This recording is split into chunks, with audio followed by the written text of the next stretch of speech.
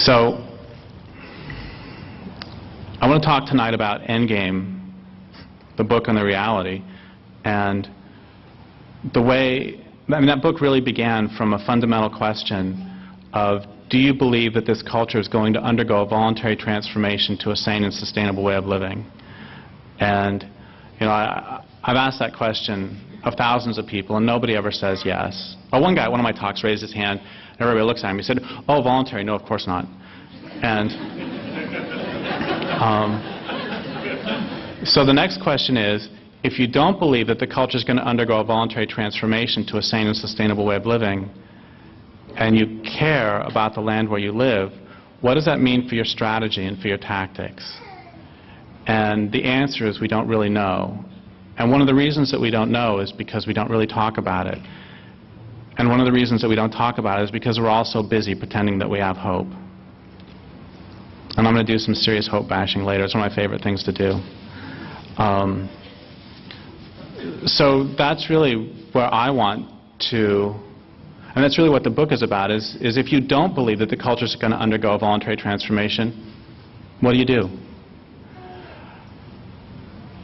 And so I think what I would like to do is go through the premises of that book. And one of the things I've done in Endgame is I put my premises in boldface in the front of the book. And one of the reasons I did that is because one of the first rules of propaganda is if you can slide your premises by people, you've got them. About Hitler, it was said, from insane premise to monstrous conclusion, Hitler was coldly, icily logical. So he would say, what are we going to do about the Jewish problem? Gosh, Adolf, good question. What are we going to do about it? But see, what he's done is he's slid the premise by you that there's a Jewish problem you have to do something about. Or similarly, you hear some talking head on television say, so how can we make the U.S. economy grow? God, good question. Well, okay, some of the premises. A, we want the U.S. economy to grow. B, we want the U.S. economy to exist. C, who the hell's we? And so, like I said, I didn't want to do that. I don't want to slide premises by people. And so the structure of this talk is going to be that I want to go through some of the premises for that book. And the first premise is that industrial civilization is not, and civilization itself, but especially industrial civilization, is not and can never be sustainable. Civilization is not and can never be sustainable. A few years ago, I was riding in a car with a friend of mine who, we were stuck in traffic, and I was just making conversation, and I said, so George, if you could live at any level of technology that you wanted, what would it be? And George can sometimes kind of be a curmudgeon, and that day was not in a good mood, and he said, Derrick, that's a really stupid question. We can fantasize whatever we want, but the truth is there's only one level of technology that's sustainable, and that's the Stone Age. And we're going to be there again someday, and the only question really is what's going to be left of the world when we get there. It doesn't take a rocket scientist to figure out that any way of living that's based on the use of non-renewable resources won't last. In fact, it takes anybody but a rocket scientist to figure that out. That before we go any further, it's like, okay, that's nice. What's civilization? And, I've been bashing civilization for about 15 years now, and so I figure I'd probably better finally define it. And the definition that I'm using is that civilization is a way of life that's characterized by the growth of cities. And that's defensible both linguistically and historically. Well, that's nice, Derrick, but what's a city? And a city, I've defined as a collection of people living in numbers large enough to require the importation of resources. And what that means is the Tolowa, on whose land I now live, were not civilized. They didn't require the importation of resources. They didn't live in cities. They lived in villages, camps, and once again, they didn't require the importation of resources. They would eat salmon and clams and huckleberry and salal and salmon and salmon and salmon and salmon, and then usually through the winter they would eat a lot of salmon. And the Tolowa lived there for 12,500 years if you believe the myths of science. And if you believe the myths of the Tolowa, then they lived there since the beginning of time. And this culture has been there for 180 years, 170 years, and the area is getting pretty trashed. And so two things happen as soon as you require the importation of resources. One of them is that your way of living can never be sustainable, because if you require the importation of resources, it means that you've denuded the landscape of that particular resource, and as your city grows, you'll denude an ever larger area. And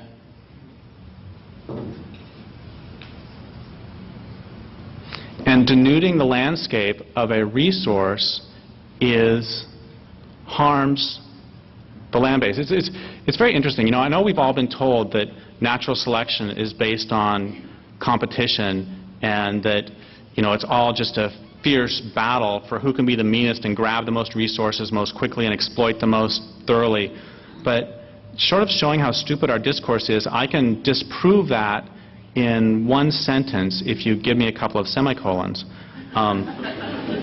And that's those creatures who've survived in the long run have survived in the long run. Semicolon. You don't survive in the long run by hyper-exploiting your surroundings. Semicolon. You survive in the long run by actually making your habitat better. What a concept. Okay, so anyway, two things happen as soon as you require the importation of resources. One is that you can never be sustainable, which means we could all become the best little natural capitalists in the world, and it doesn't matter. So long as there is this fundamental system in place, it's not going to be sustainable. And the other thing it means is that your way of life must be based on violence, because if you require the importation of resources, trade will never be sufficiently reliable. Because if you require the importation of resources, and the people in the next watershed over aren't going to trade you for it, you're going to take it. Which means we could all become junior bodhisattvas, and it wouldn't matter. The U.S. military would still have to be huge, because how else are they going to get access to our oil that just happens to be under somebody else's land? If they require that oil, they're going to take it. So those two things are really fundamental. Because I've been talking about resources, so I want to go back to what I was saying before about any way of life. Another way to look at all this is any way of life that's based on the use of non-renewable resources also won't last. I mean, it doesn't matter what resource you're talking about.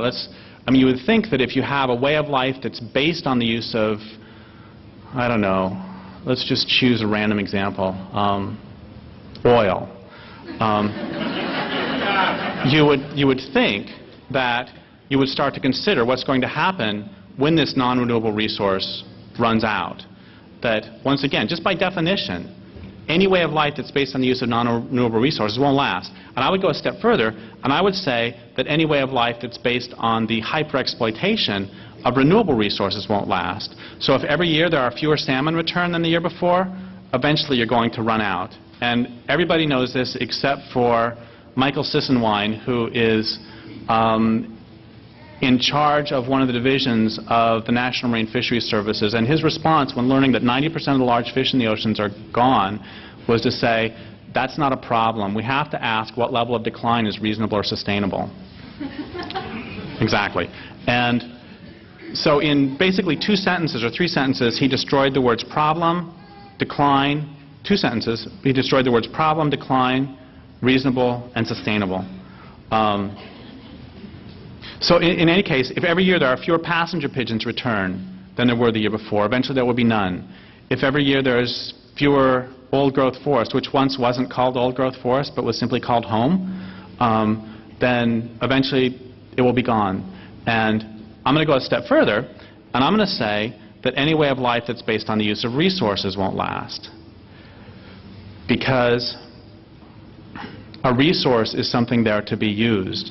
And there's a great line by a Canadian lumberman, when I look at trees I see dollar bills. And if when I look at trees I see dollar bills, I'm going to treat them one way. I'm going to convert them into dollar bills. If when I look at trees I see trees, I'm going to treat them another way. And if when I look at this particular tree I see this particular tree, I'm going to treat it differently still. And it's the same with fish. If when I look at salmon I see dollar bills, I'm going to treat them one way. If when I look at salmon I see salmon, I'm going to treat them another way. If when I look at this particular fish I see this particular fish, I'll treat it differently still. The same is true also of women. If when I look at women I see orifices, I'm going to treat them one way. If when I look at women I see women, I'm going to treat them another way. And if when I look at this particular woman I see this particular woman, I'm going to treat her differently still. If you perceive another as a resource, you're going to use them as opposed to enter into a relationship with them. And I need to be really clear that just because I perceive a fish as a fish, that doesn't mean that I can't eat it. And I was doing a radio interview in Spokane, Washington several years ago, and the interviewer said, you know, Indians exploited salmon too. And I said, no, they didn't, they ate them. And he said, what's the difference? I said, well, they gave them respect for the spirit in exchange for the flesh. And I knew that that answer was kind of bullshit, but I'm a male, and so I'm required by law to answer every question that's asked of me. And so that afternoon I went out and I sat next to this tree that I had a long relationship with, and I asked the tree, what is the fundamental predator-prey relationship? And the tree gave me the answer right away, which is if you consume the flesh of another, you now take responsibility for the continuation of the other's community.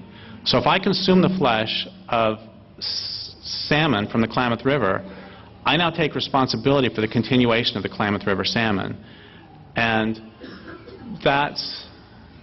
Everybody knows this. You know, bears know it, mergansers know it, newts know it. The mergansers know that if you consume all the newts in this pond, there won't be any newts in the pond anymore. And we just forget sometimes. And that's the fundamental predator-prey bargain that we have to get into. And I want to say something else about that, and then we'll come back to the other. But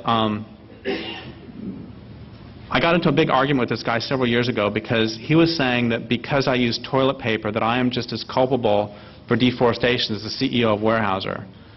And I knew that that was wrong, but I couldn't really articulate why. And he said, go ask a tree. A tree will tell you. So I went out and asked a tree, and the tree said, you're an animal. You consume things. Get over it. But then it also gave me the other answer, which is yes, I am culpable, not because I consume the flesh of a tree. I'm culpable because I consume the flesh of a tree without fulfilling my end of the bargain. I'm culpable not because I use toilet paper, but because I don't stop Weyerhaeuser from deforesting. And that's a much more serious culpability than simply consuming. So I'm not culpable because I consume Klamath River salmon. I'm culpable because I consume Klamath River salmon and I don't take out the fucking Iron Gate.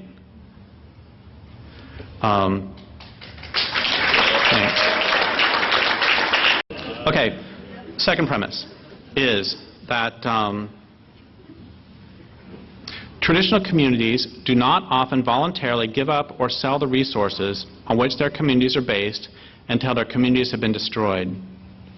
They also do not willingly allow their land bases to be damaged so that other resources, gold, oil, and so on, can be extracted.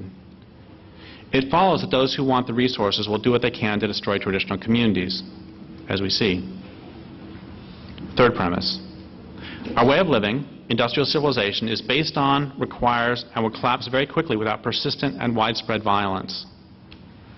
I gave a talk a few years ago in Eugene, and afterwards this guy raised his hand and he said, you know, you talk about how violent this culture is, and I just don't see it. There's no violence in my life. I'm not violent myself. I don't see any violence. And it's significant to this story, by the way, that it was a man who said it, not a woman. And I said, okay, where's your shirt made? And he looked and it was made in Bangladesh. And I said, do we even need to talk about that? He's like, no. I said, okay. And also, I'm just wondering, do you pay rent? He's like, yeah. I said, why? He said, because I don't own? I said, no, what would happen if you didn't pay rent? He said, well, I get evicted. I said, what does that mean? I don't understand. What happens when you get evicted? And he said, well, a sheriff would come to my house, and he would... I said, stop right there. What happens if the sheriff comes to your house, and you say, hey, I was just getting done cooking dinner. Come on in. Have some food. So the sheriff comes in, sits down, and you cook him dinner, and you feed him, and you don't poison him. And then after dinner, you say to him, you know, it's been nice having you here, but your company's not all that pleasant, so I would like for you to leave my home now. What would happen? He said, well, the sheriff would take out his gun, and he'd say, I'm here to evict you. You got to leave, because you didn't pay your rent. I said, so the reason you pay rent is because if you don't, some guy is going to come to your house with a gun, and he's going to kick you out of your home. He's like, I guess. I said, okay, let's try it again. What happens if you're really hungry, and so you go to the grocery store, lots of food there, you know, and you start eating. What's going to happen?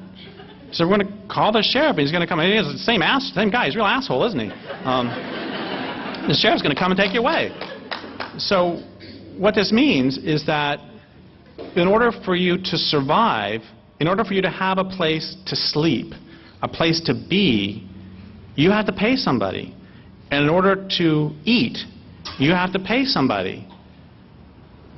That's really weird. And if you don't, somebody with a gun is going to come and do something bad to you.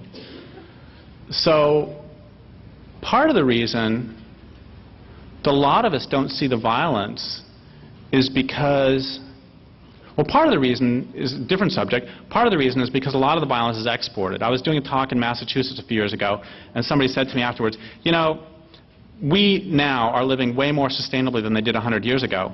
And I said, how do you know that? He said, because there's a lot more trees here in Massachusetts than there were 100 years ago. I said, yeah, it's because you're getting all your wood from South America.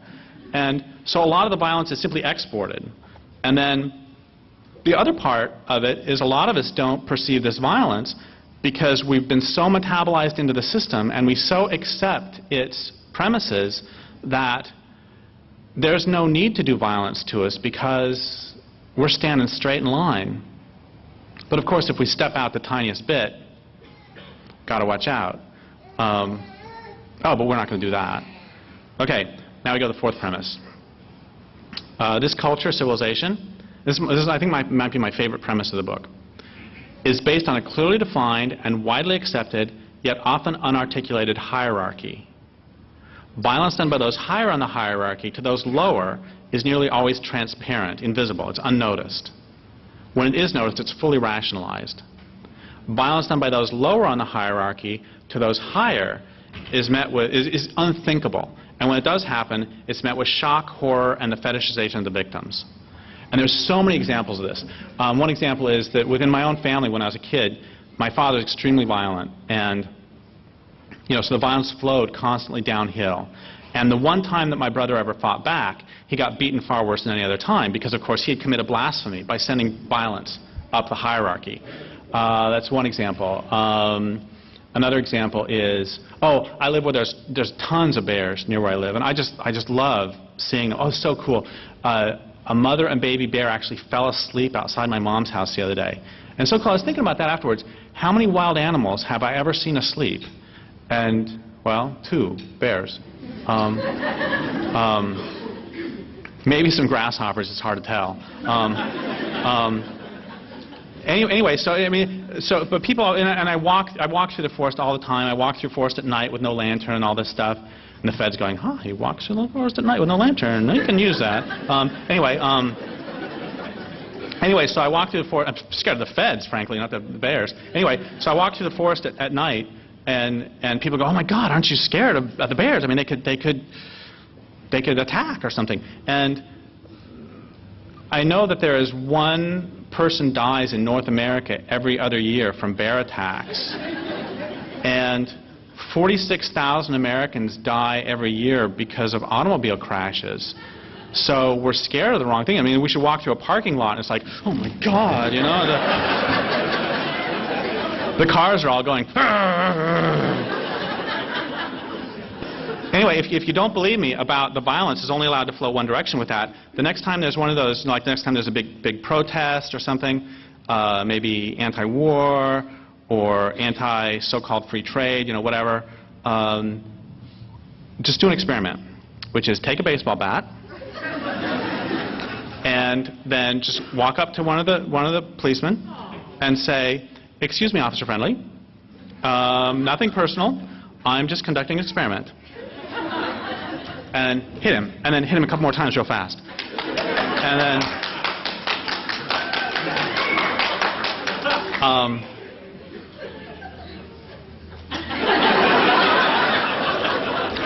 somebody's going to take down your name. Okay, so anyway, and then I'll talk to you in about 50 years. Because you've committed blasphemy, you've sent violence up the hierarchy. Oh, and then I want to say one more thing about this, which is that and this is going to have to, does anybody mind if I swear? I think that the word fuck is the most amazing word in the English language, because it's all of patriarchy condensed into 4 letters. Because the same word that means make love to means do great violence to. That's really, really twisted. And it's also kind of confusing. I mean, because so somebody can say to me, like, I'm going to fuck you. And I'm like,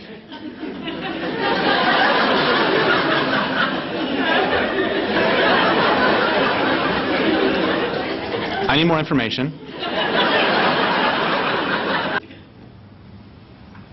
I mean, even within the context of a loving heterosexual relationship, this shows how deeply the objectification of women, how deep the objectification of women goes within this culture and within our language, is even within the context of a loving heterosexual relationship, it's really hard to not have the woman get objectified. So the man says to the woman, I would like to be inside of you.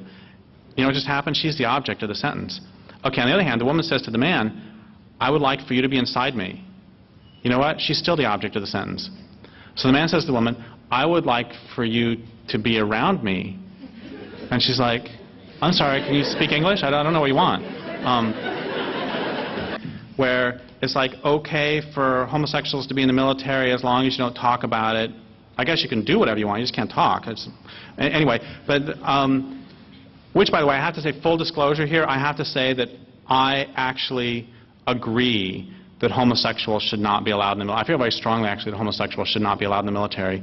But that probably doesn't mean as much as it could, because I also think that heterosexuals, asexuals, the transgendered, bisexuals should not be allowed in the military either. Fifth premise. The property of those higher on the hierarchy is more valuable than the lives of those below. It is acceptable for those above to increase the amount of property they control, in everyday language to make money, by destroying or taking the lives of those below. This is called production. If those below damage the property of those above may kill or otherwise destroy the lives of those below. This is called justice.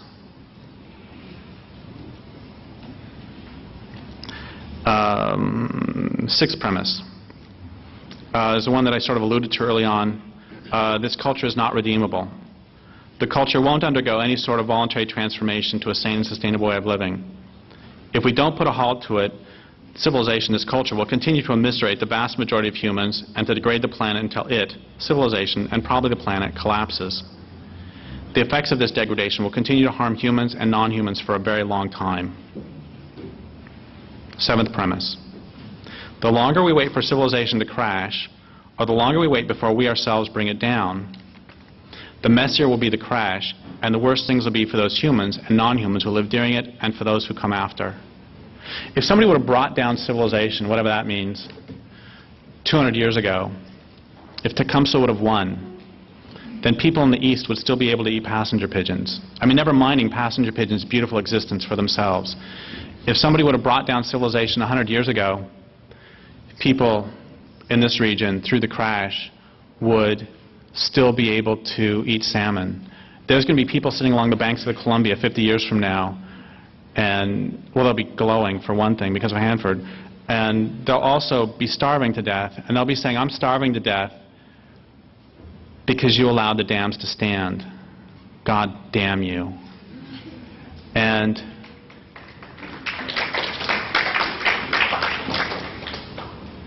you know, but the dams are really important. You know, they're necessary for the electricity to make it so Safeco Field you can move the top back and forth. They're necessary to smelt aluminum for beer cans. Anyway, so the longer we wait, I mean, if somebody would have brought down civilization 100 years ago, we wouldn't have to worry much about global warming. We wouldn't have to worry about the toxification of the total environment with pesticides. We wouldn't have to worry about dioxin in every mother's breast milk. I mean, if 50 and 75 years from now, are people going to be going, you know, if somebody would have brought it down 75 years ago, we'd still have amphibians. If somebody would have brought it down 75 years ago, we would still have, well, someone would have brought it down 15 years ago. They'll be saying 15 years from now, we'd still have sturgeon. You know, it's like, how long? You know, at what point? What's the threshold? You know, 100 years from now, it's like we'd still have, you know, name it. We'd still have oceans. Air to breathe. You know, that's not one of my premises, but that's something that if I would have thought of it when I was writing the book would have been one of the premises, which is the primary, if not only measure by which we'll be judged by those who come after is going to be the health of the land base. They're not going to give a shit as to whether we voted Democrat, Republican, Green, Anarchist, didn't vote at all. They're not going to give a shit as to whether we recycled. They're not going to give a shit as to whether we were violent or nonviolent. They're not going to give a shit as to whether we're nice people or not nice people. They're not going to give a shit as to whether we wrote great books or made great films or did great talks or anything else. They're going to care about whether they can breathe the air and drink the water. You know, we can all fantasize whatever we want about some groovy eco-socialist utopia with free love everywhere. It doesn't fucking matter if you can't breathe the air and can't drink the water. And the only measure, I mean, it's embarrassing to say this, but the only measure by which any generation will be judged is the health of the land base that they pass on. That brings us to the 8th premise of the book. The needs of the natural world are more important than the needs of the economic system. The needs of the natural world are more important than the needs of the economic system.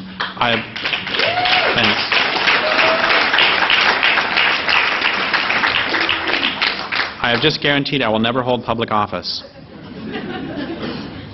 Another way to put the 8th premise is, any economic or social system that doesn't benefit the natural communities on which it's based is unsustainable, immoral, and really stupid.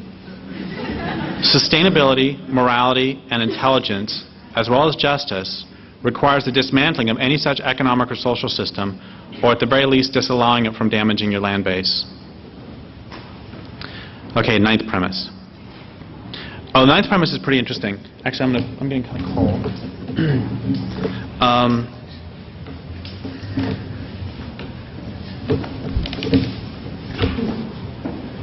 It's pretty interesting. You know, I can bash almost anything I want, and people are cool with it. You know, I can bash capitalism, that's fine. I can bash environmentalism, that's fine. I can bash anarcho-primitivism, that's fine. I can bash myself, that's fine. I can bash blah, blah, blah, it's fine. But there's a few things that you like, cannot bash.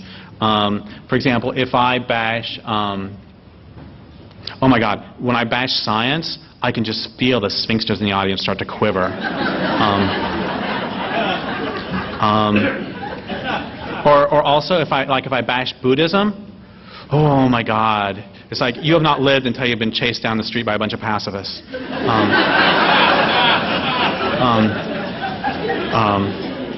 Or another one that's really hard to talk about is population, and because if you mention that there are more humans on the planet than the planet can support, then people suddenly start to presume that you're actually anti-human, which doesn't really follow in my mind.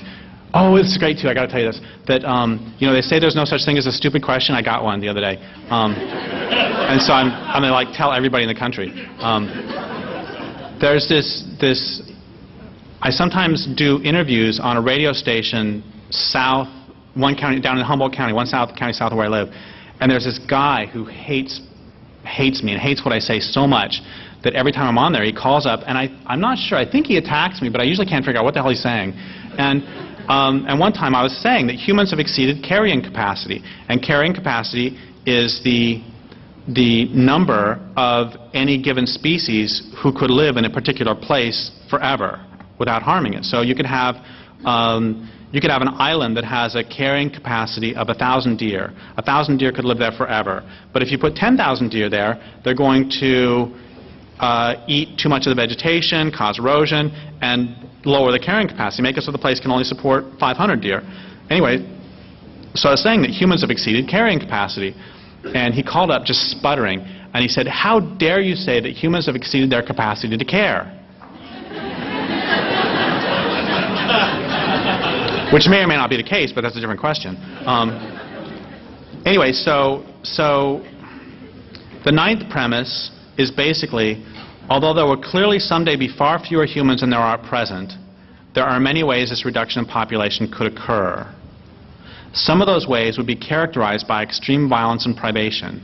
Nuclear Armageddon, for example, would certainly reduce both population and consumption, yet would do so horrifically.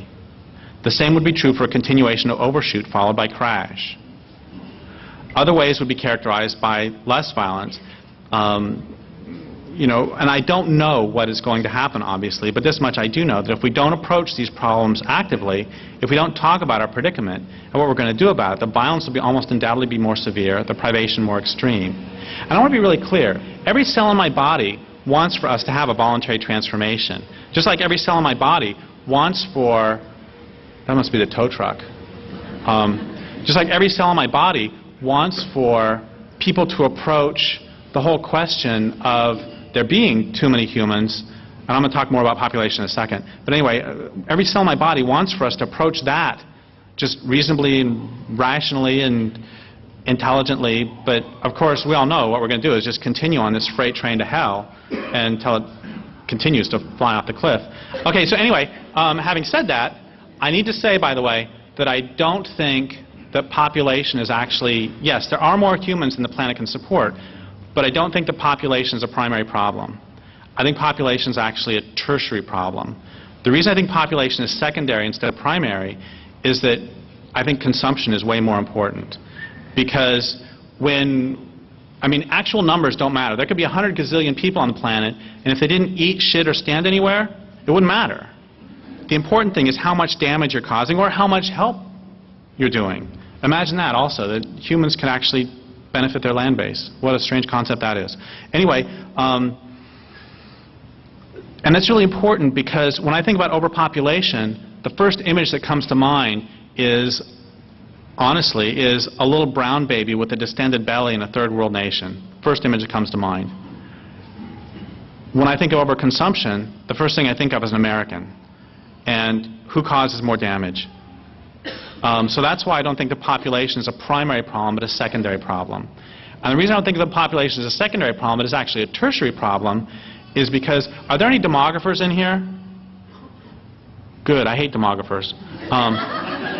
And the reason I hate demographers is because sometimes they talk about something called the natural rate of population growth, which is that if you have X number of people, then the population exponentially rises, blah, blah, blah. And it presumes that people breed like rabbits.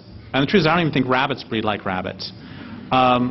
It presumes that people don't make rational family planning decisions based upon their personal and social circumstances. Once again, the Talawa lived there for 12,500 years in relatively steady state. And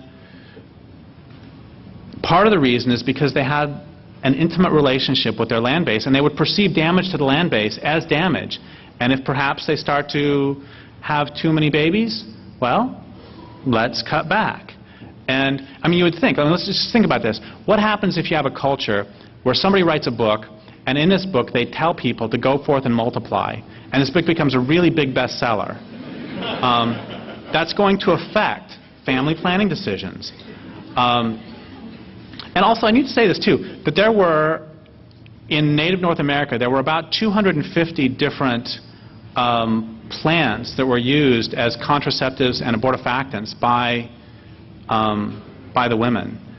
And the decisions to use those were made by women. Bunch of fucking primitives. And yeah, imagine that. And I got to tell you the story too. This is so cool. Is back at one point, a bunch of male anthropologists went out, and anthropologists like exclusively male at one point, and a bunch of anthropologists went out, and they were trying to find out what indigenous peoples would use for contraceptive.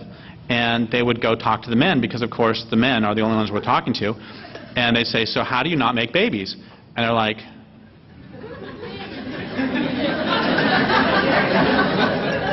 that is a really good question. And so a lot of the anthropologists were saying, indigenous people don't know where babies come from.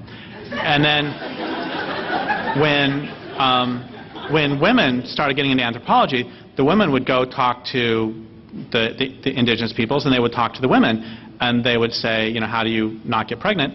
And the women would say, if you take this certain route when you're 16, then you're sterile for 5 years, and when then when you're 20, then you have to do this and this. And the men are like, really? I had no idea. I want to say one more thing about population, which is that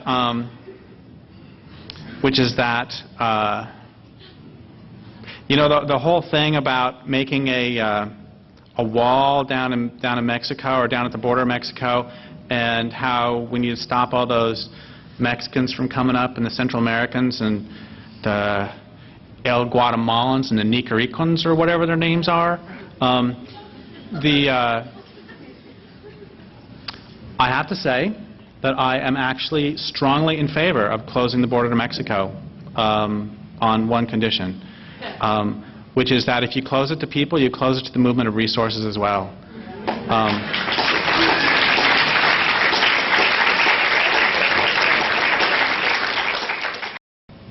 Bringing down civilization, when I talk about that, it's not a monolithic act.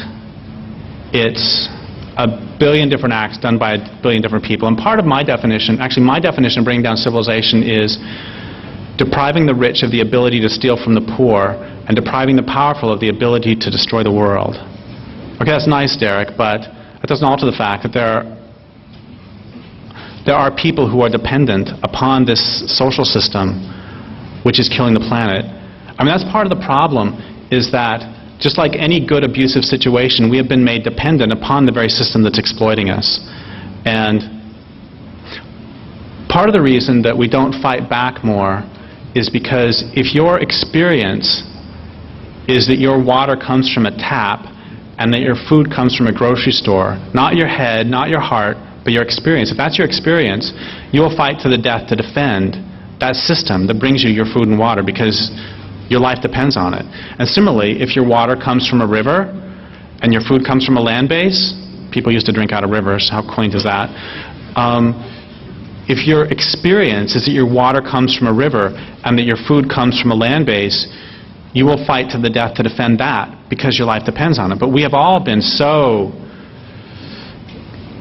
made dependent on this system, and it becomes really problematical. It's very nice, Derrick, but what are you going to do about this? Anyway, back to the original thing, that taking down civilization is not a monolithic act.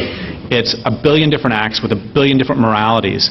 And so, for example, I don't care what your motivation is, if you blow up a children's hospital, that is an atrocity. I don't care if you're an anarcho-primitivist or if you're a member of the U.S. military. That's just bad. There is no way you can make a moral case for blowing up children. Oh, if you're bringing freedom and democracy to a country.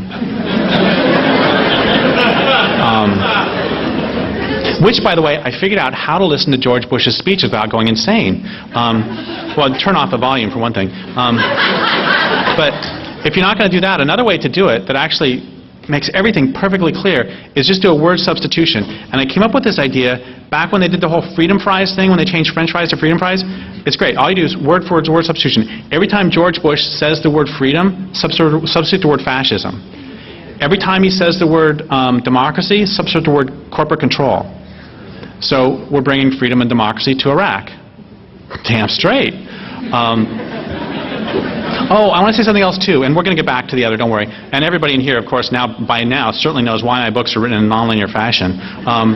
Anyway, this whole we thing, you know, we're bringing freedom and democracy to Iraq, is just so weird, because one of the things I think we really need to do is break that identification with the system and with those in power.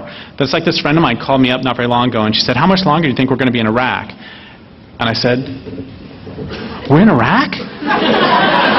Oh my God, I thought we were in Northern California. And he's like, okay. How much longer do you think our troops are going to be in Iraq? I said, I got troops? Holy shit, will they do what I tell them? If I tell them to take out the Grand Coulee, will they do it? And he's like, Derrick, this is why I only call you once every 6 weeks. Anyway, so you know, I don't care what your motivation is, you cannot make a moral case for blowing up a children's hospital. That's just an atrocity.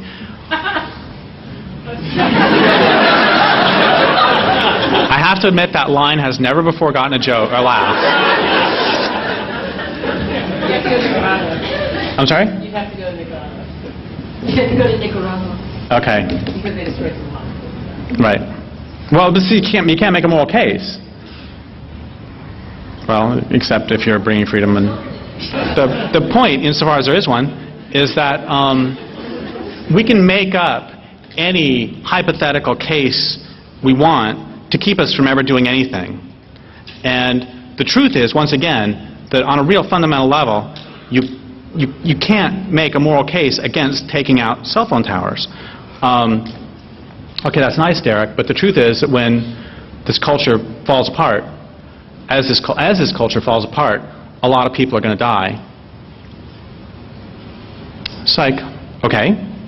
My next answer is, who are we talking about? If we're talking about salmon people, they're like, bring that fucker down. Talking about polar bear people, they're like, yep. Prairie dog people, they're like, yep, yep, yep. What about subsistence farmers? Subsistence farmers around the world. It's like I asked my friend Anuradha Mittal, former executive director of Food First, if the people of India would be better off if the global economy disappeared tomorrow. And she said, of course. And some of the examples she gave is there are former granaries of India that are now exporting dog food and tulips to Europe. So there are people who are starving to death right now because where they used to get their food is now making cash crops. And of course this happens the world over. So it depends who we're talking about. You know, it's like the indigenous people, the traditional indigenous people around the world would be better off immediately. The subsistence farmers, better off immediately. The landless being forced off their land, better off immediately. Rural poor, the world over, better off immediately. I mean, it's like, what is it? I'm going to make up this number, but it's like 30% of the people in the world have no access, have like never used electricity. It's some fairly high percentage, 30, 40%, something like that. I mean, so they're not going to be bothered one bit by the removal of the electrical infrastructure. So the rural poor, many of them would be better off immediately. The urban poor would be, well, the urban rich actually would be, I'm sorry, the rural poor would be better off immediately. The rural rich would be fine. They're going to have guns anyway.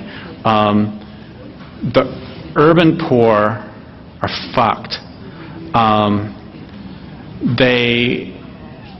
Well, in one sense, they would be in really bad, and of course in the long run they'd be better off because the system that's exploiting them would be gone, but in the short run they'd be really, really bad because the food is coming in to the city. But on the other hand, you want to talk about instant land reform?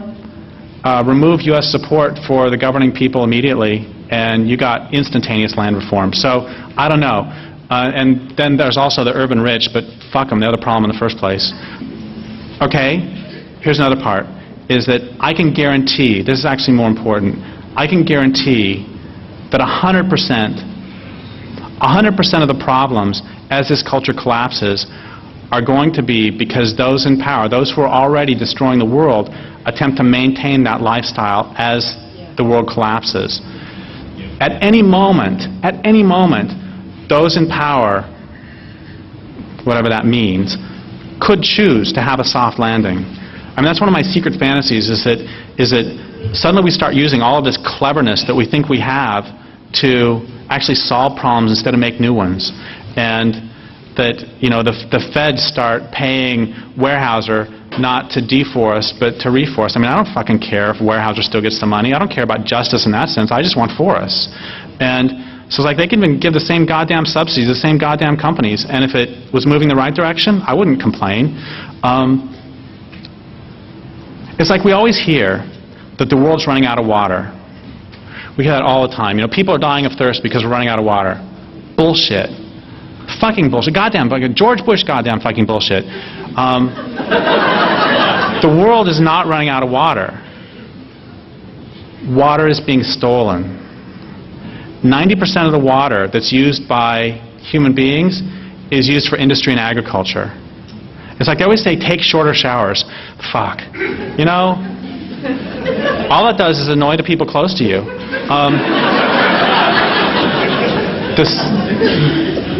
The same amount of water is used by municipal human beings as is used for municipal golf courses. Once again, 90% of the water is used for agriculture and industry. So people are not running out of water. Water is being stolen from them. And So it's like if somebody were to take out the Glen Canyon Dam, or if it were just to collapse on its own, if... The point is that, I mean, we all know the numbers, you know, from Francis Moore Lappé and everything about how there is enough food to feed everyone, and we could have that soft landing. Those in power could choose at any moment. But it's like, that's nice, Derrick, but that doesn't alter the fact that wanting to bring down civilization is going to kill a lot of people. Even if those decisions are made by those in power, it's still going to kill a lot of people. And I finally came up with an answer that I'm really happy with, and I want to share that with you now. You know, what do you do with the fact that no matter what you do, you're involved in mass murder? You know, because if you're civilized, if you're part of this system already, your hands are blood red. It's just you don't notice it usually. You know, and every action within the industrial economy is harmful, which is really fucked up too. I mean, that's another thing that's been stolen from us, is the ability to have a fine meal without it being destructive. The ability to simply live without knowing that you're destroying things by your actions. Anyway, what do you do with the fact that no matter what you do, you're involved in mass murder? And for now, I've got an answer. If you've gotten this far in this book, if you're simply anything other than entirely insensate, we probably agree that civilization is going to crash, whether or not we help bring it about. If you don't agree with this, we probably have nothing to say to each other. Hey, Lou Piniella got picked up by the Cubs. That's pretty cool. We probably also agree that the crash will be messy. We agree further that since industrial civilization is systematically dismantling the ecological infrastructure of the planet, the sooner civilization comes down, whether or not we help it crash, the more life will remain afterwards to support both humans and non-human. If you agree with all this, and if you don't want to dirty your spirituality and conscience with the physical work of helping to bring down civilization, and if your primary concern really is for the well-being of those humans who will be alive during and immediately after the crash, then given, and I repeat this point to emphasize it, the civilization is going to come down anyway, you need to start preparing people for the crash. Instead of coming to my talks and attacking me for stating the obvious, go rip up asphalt and vacant parking lots to convert them to neighborhood gardens. Go teach people how to identify local edible plants, even in the city, especially in the city, so these people won't starve when the proverbial shit hits the fan. They can no longer head off to Albertsons for groceries. Set up committees to eliminate or, if appropriate, channel the additional violence that might break out. We need it all. We need people to take out dams. We need people to knock out electrical infrastructures. We need people to protest and to chain themselves to trees. We also need people working to ensure that as many people as possible are equipped to deal with the fallout when the collapse comes. We need people working to teach others what wild plants to eat, what plants are natural antibiotics. We need people teaching others how to purify water, how to build shelters. All this can look like supporting traditional local knowledge. It can look like starting rooftop gardens. It can look like planting local varieties of medicinal herbs. And it can look like teaching people how to sing. The truth is that although I do not believe that designing groovy eco-villages will help bring down civilization, when the crash comes, I'm sure to be first in line knocking on their doors asking for food. People taking out dams do not have a responsibility to ensure that people in homes previously powered by hydro know how to cook over a fire. They do, however, have a responsibility to support the people doing that work. Similarly, the people growing medicinal plants in preparation for the end of civilization do not have a responsibility to take out dams. They do, however, have a responsibility at the very least to not condemn those people who've chosen that work.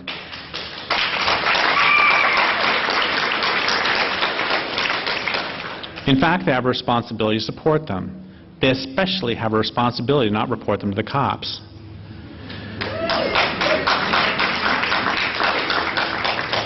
It's the same old story. The good thing about everything being so fucked up is that no matter where you look, there's great work to be done. Do what you love, do what you can, do what best serves your land base. We need it all. That doesn't mean that everybody taking out dams and everybody working to cultivate medicinal plants are working toward the same goals.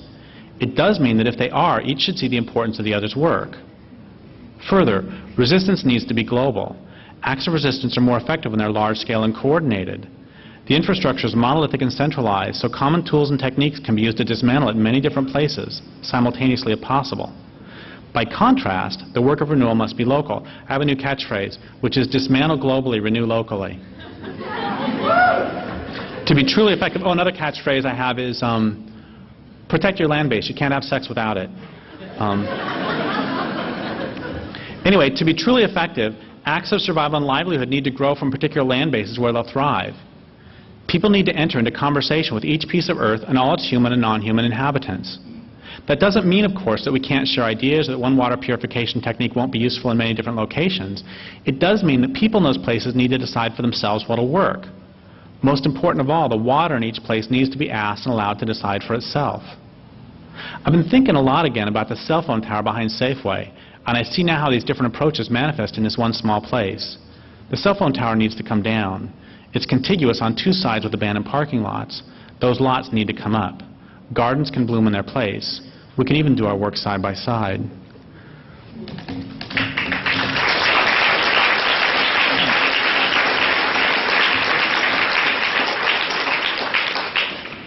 Okay, no segue at all. The next premise is the culture as a whole and most of its members are insane.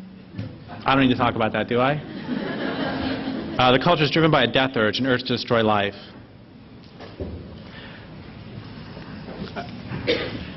Speaking of genitals, did you know that Nicole Kidman does not like to wear underwear? I read that in the newspaper, so it must be true.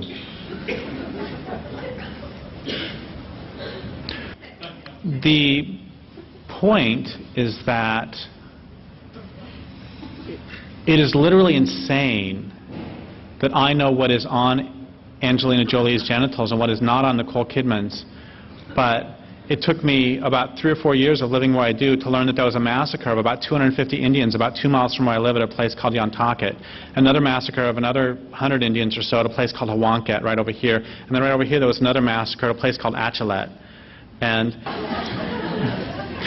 anyway, it's insane that I know that the Mets would have had a better chance if Pedro weren't hurting, but I can't name 10 species of edible plants and fungi who live within 100 yards of my home. Part of the reason that we don't defend the places we live is because we don't live there. We live with Brad and Angelina, and we live with Pedro and his hurt hip and his hurt toe, and we live with Kenny Rogers and the smudges on his hands. And okay, so like I said, I don't think I can name 10 species of edible plants and fungi within 100 yards of my home. There's blackberries, huckleberries, salal, thimbleberry, salmonberry,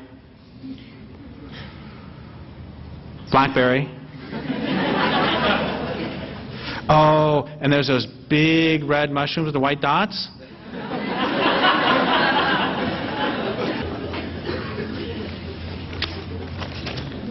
The 11th premise of the book is, from the beginning, this culture, civilization, has been a culture of occupation, and the government is a government of occupation. What does the government of occupation do? It moves in, it facilitates resource extraction and maximizes production. That's what they do. That's their job. What does U.S. government do? Moves in, facilitates resource extraction, and maximizes production. You know, and all my American Indian friends are saying, so what the hell took you so long to figure this one out? I would like to read something about that.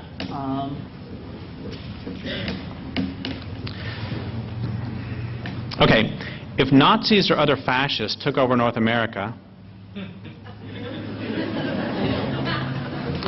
what would we all do? Oh, we'd watch television, by gum. What would we do if they implemented Mussolini's definition of fascism? Fascism should more appropriately be called corporatism because it's a merger of state and corporate power. And what would we do if they then instituted laws allowing them to put a significant portion, say 1/3, of all Jewish males from the ages of 18 and 35 into concentration camps?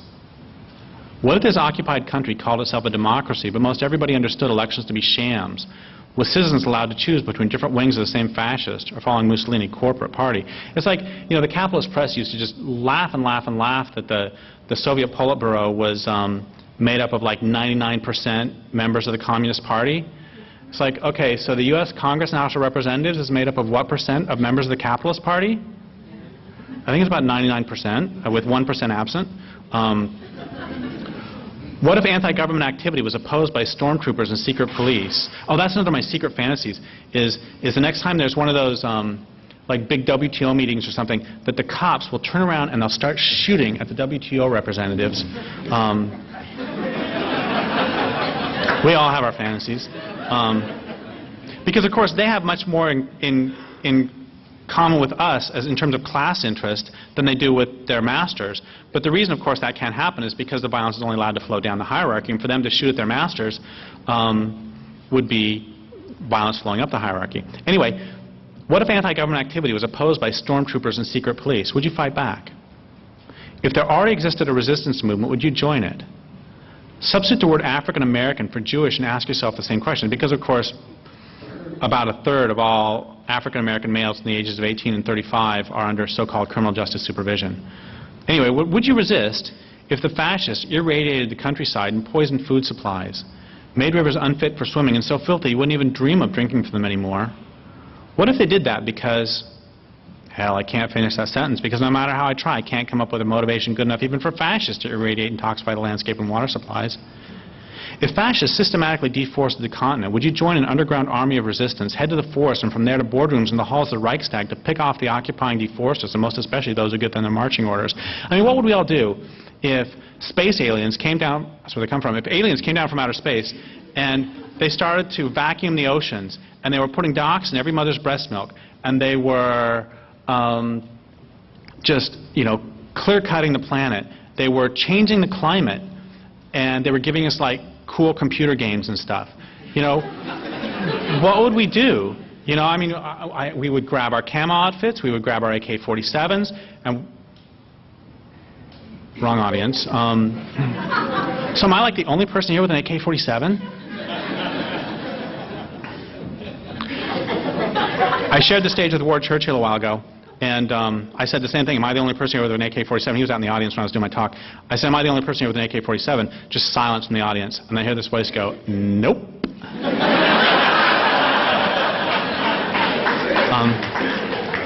I mean, seriously, what would we do if instead of it being, the U.S. government, the corporations run by the U.S. government, what if instead of the Iraqis had invaded? The Iraqis were so close to invading. What if they were Iraqis who were doing all this?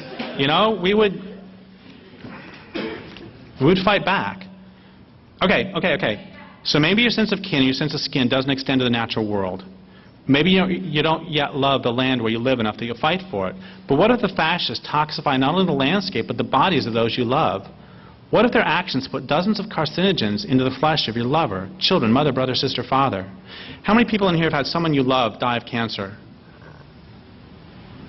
It's about 80%, 70%.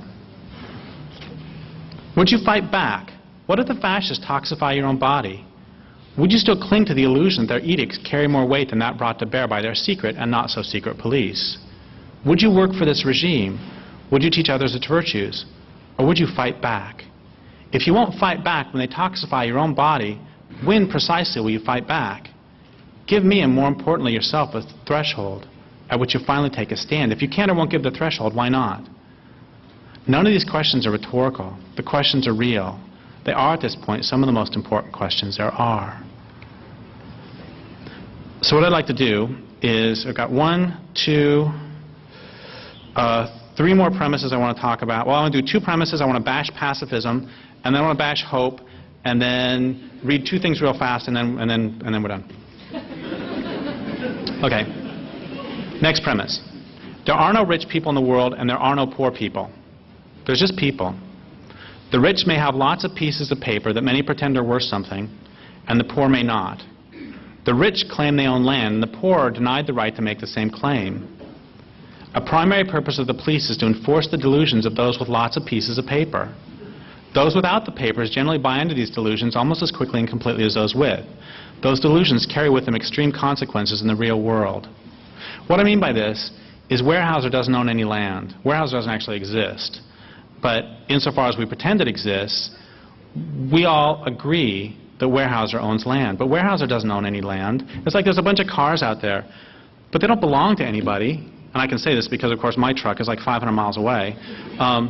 But we all agree that this person owns this land, and this person owns this land, and these corporations own this much land.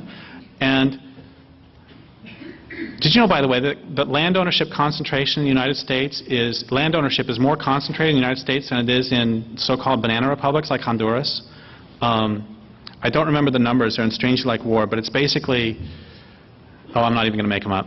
But the rich own lots of land. The point is, that's just a cultural convention. We all agree the Weyerhaeuser owns land. Those agreements have consequences in the real world.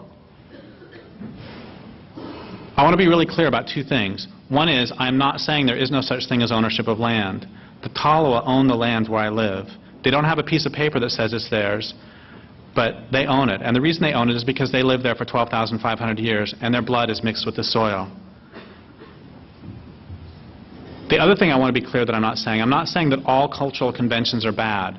What I'm saying is that with all the world at stake, we might start beginning to examine which of the cultural conventions we want to keep and which ones we want to get rid of. And allowing corporations to exist is one we might want to consider getting rid of. And allowing corporations to own land is one we may wish to get rid of. Okay, those in power rule by force, and the sooner we break ourselves of illusions to the contrary, the sooner we can at least begin to make reasonable decisions about whether, when, and how we're going to resist. We'll skip the 14th and do the 15th premise. I love this one. Love does not imply pacifism. I get this book. They're two big books, and they really were they're originally supposed to be pamphlets. And you're seeing now, several hours later, why they ended up. And what it was going to be, I found that when I would do talks about fighting back, that the resistance, that the response by the audience was really predictable. And that sort of, a lot of mainstream peace and social justice activists and a lot of mainstream environmentalists, their response would be to put up what I've taken to calling a Gandhi shield. And they would say the words Gandhi, Martin Luther King, Dalai Lama again and again as fast as they can to keep all evil thoughts at bay. And then grassroots environmentalists would do the same thing, but then they would come up to me after the talk and they would say, "Thank you for bringing this up." And then other groups of people, like prisoners and family farmers, survivors of domestic violence, American Indians, radical environmentalists, I know I'm missing the poor, a lot of people of color would have an entirely different response, which is they would look at me like, "So, can you tell us something we don't know? And let's go, bro." And I realized the difference was that for those latter groups, violence is not some theoretical question to be puzzled through. It's simply a part of life. That doesn't mean you participated in it, doesn't mean you don't participate in it, but it's not some abstract or spiritual question. Not to say that... I'm sorry? That means you understand it. It means you know it in your body. Yeah. Yeah. And then the next part of it was that I found that a lot of the responses that I was getting were really stereotypical, not from those latter groups, but from the former group. There was all these cliches that were getting thrown out that the more I thought about them, the less that they meant. Like people would say, "Oh my God, Derrick, if you had enough love, you would never suggest fighting back because if you love, you don't fight back." And I don't think that love implies pacifism, and I think that Mother Grizzly Bears will back me up on this one. I grew up in the country, and in my life, I have been attacked by mother horses, cows, dogs, cats, geese, chickens, mice, hawks, eagles, hummingbirds, spiders, who thought I was attacking their babies. And if a mother mouse is going to take on somebody 8,000 times her size, what the hell's wrong with us? And then another one is, you can't use the master's tools to dismantle the master's house. And I love Audre Lorde. She's great. A, she's not a pacifist, and anybody who ever says this in sort of a pacifistic sense has never read her essay, because it has nothing to do with pacifism. It has to do with we need a wide range of voices is actually what the essay is about. But as much as I love Audre Lorde, I'll tell you this much. she never worked construction. Because it doesn't matter whose goddamn tools you use. You use my tools, you use your tools, master's tools, doesn't matter. And there's another problem with that too, which is it presumes that the house belongs to the master. But it's just a house. And it also presumes that the tools belong to the master. It presumes that violence is one of the master's tools. You know, those in power are trying to tell us that they own the land. They're trying to tell us that they own the water. They're trying to tell us they own genetic materials. I'll be goddamned if I'm going to give them violence too. And once again, I think Mother Grizzlies are going to back me up on this one. What's another one we always hear? Oh, God, this one's embarrassing. This is so embarrassing. How many people in here have the book A Language Older Than Words? Okay, those of you who have that book, do you also have like a straight razor or a razor blade? Okay, what I would like for you to do is the chapter Violence Revisited, take the razor, cut the pages out, crumple them up, and throw them away. Put them in the fire. Because, oh God, this is so embarrassing. It's like admitting I'm a compulsive masturbator, which I'm not.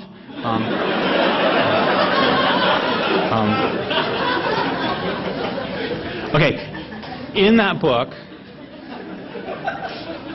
in that chapter, oh God, this is terrible. I say that if you fight back, you run the risk of becoming like they are. Oh my God, it's like that's so stupid. I mean, does that mean that the woman who kills a rapist runs the risk of becoming a rapist?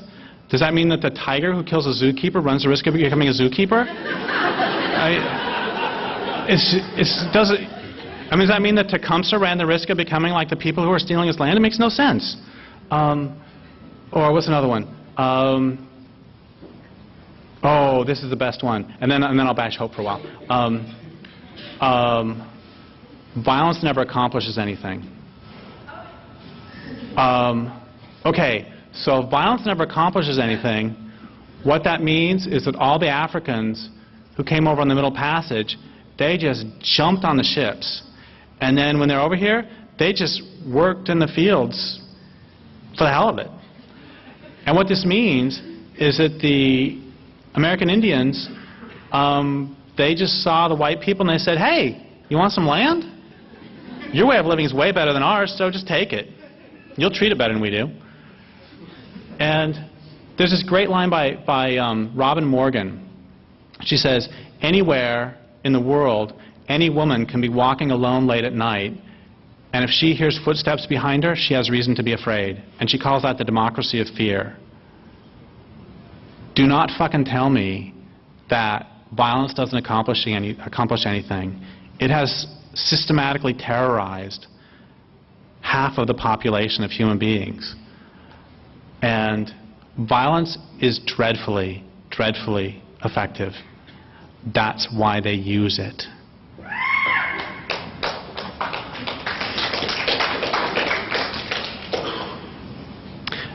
Okay, so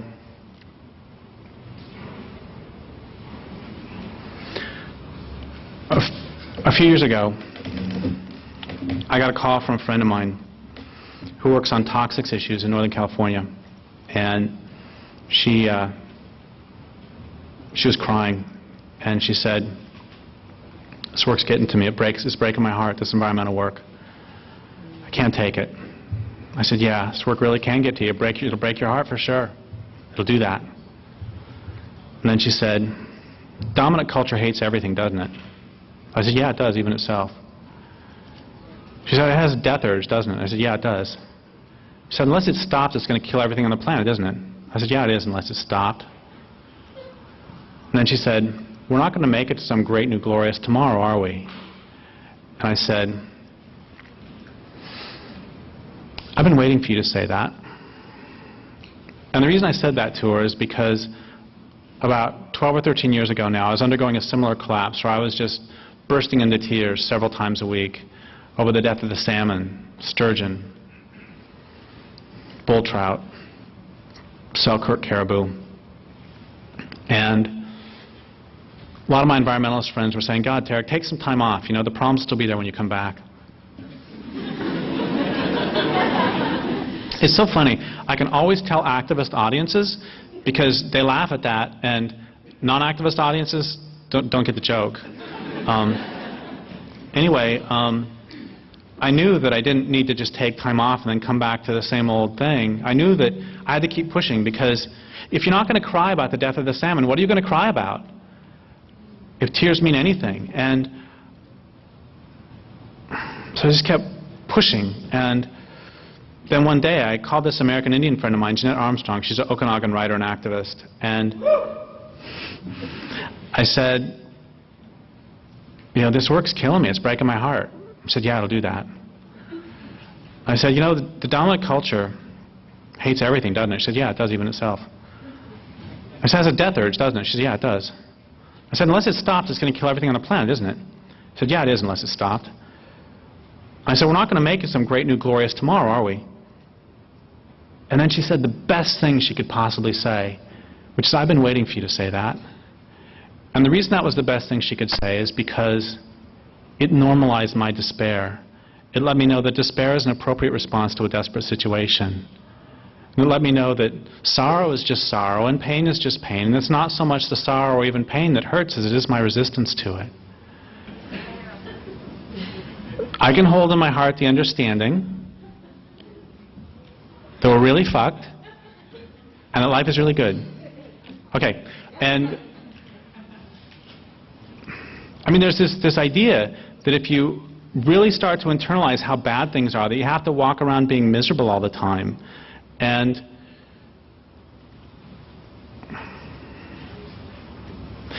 it's like I got this letter from somebody once asking how my anger at the dominant culture affected my sex life.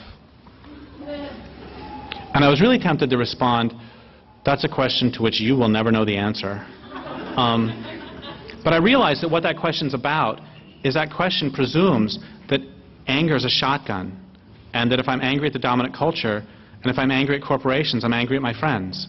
But the truth is, I'm angry at the things that make me angry, and I'm not angry at the things that don't make me angry. And I'm happy because of the things that make me happy, and I'm not happy because of the things that don't make me happy. What a concept. And so anyway, one of the really important things was that I realized that I could feel all those things, and it wouldn't kill me.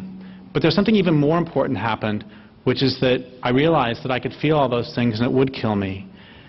And there's a wonderful thing about being dead, which is that once you're dead, they can't touch you anymore. You can still sing and you can still dance and you can still make love and you can still fight like hell, but they can't touch you.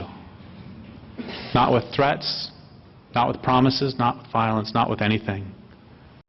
The smartest thing the Nazis did was they made it so that at every step of the way, it was in the Jews' rational best interest to not resist. Yeah.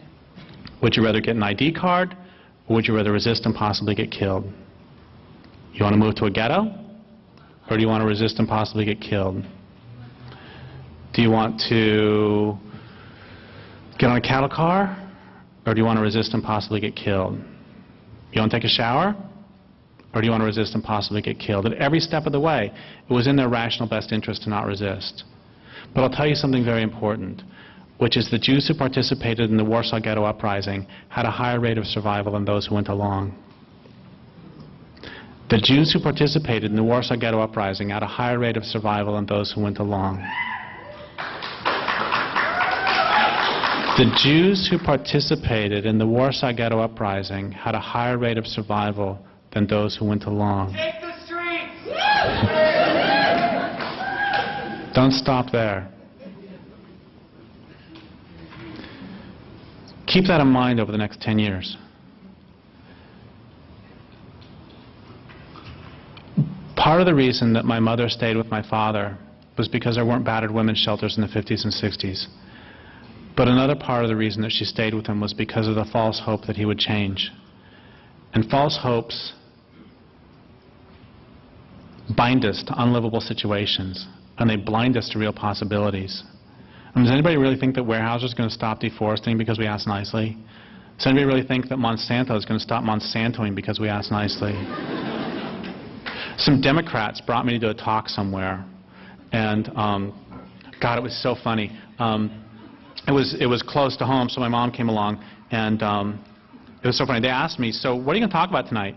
And I said, they had dinner for me beforehand, and they said, what are you going to talk about tonight? I said, I'm talking about bringing down civilization. It's like dead silence. And then later on, during the dinner, one of the people is saying, God, if we can just take over if we can just get a Democrat in the White House, things are going to be okay. And if we can just take over the House and the Senate, things will be okay. I'm thinking, yeah, I wouldn't mind taking over the House and Senate, but that's I mean it differently than you do. It's a joke, Mr. Gonzalez. Put away the electrodes.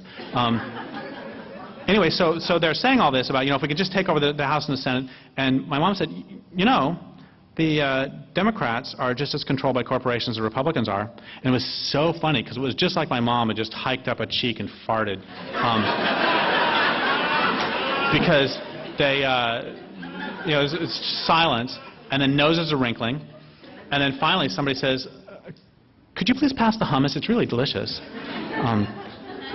So what are the false hopes that keep us bound to the system? I mean, it's like Zygmunt Bauman said about World War II in his great book, Modernity and the Holocaust. He said in there that rational people will go quietly, meekly into a gas chamber if only you allow them to believe it's a bathroom. And I would say that rational people will go quietly, meekly to the end of the world if only you allow them to believe that recycling is going to make a difference.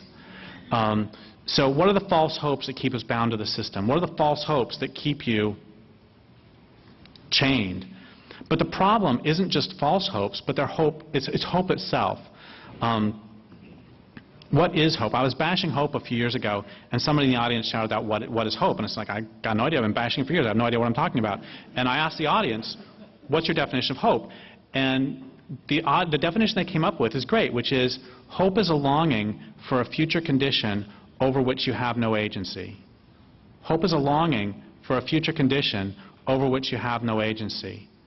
I mean, that's how we use it in everyday language. I mean, I don't hope that I eat something else tonight, 'cause I'm kind of hungry. I mean, I know men are supposed to be afraid of commitment, but I'm going to just say this in public, that I am going to eat tonight. In fact, I don't even need to commit to it. I'm just going to do it. On the other hand, the next time I get on a plane, I hope it doesn't crash, because once I'm in the air, I have no agency. The point is that when we say, I hope that coho salmon survive, what we're saying is I have no power. I have no agency. What salmon need to survive? It's very, very simple. Salmon need 6 things to survive. They need for dams to be removed. They need for industrial logging to stop, industrial fishing to stop.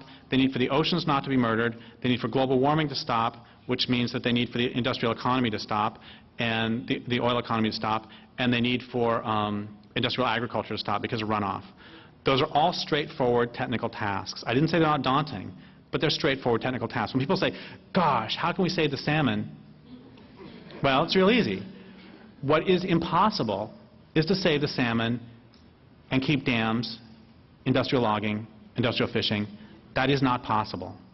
And so, once again, okay, if I say I hope that salmon survive, what I'm saying is I have no power. I do not hope that coho salmon survive. I will do whatever it takes to make sure the dominant culture doesn't drive them extinct. If they want to go because they don't like how they're being treated, and so they want to go away, I will say goodbye and I will miss them. But if they do not want to go away, I will not allow the dominant culture to drive them extinct. I will do whatever it takes. Finally, I want to talk very briefly about a tradition of the Cheyenne dog soldiers. It's called the picket pin and stake. Before a battle, a few of the bravest Cheyenne dog soldiers would be chosen to wear sashes of tanned skins called dog ropes.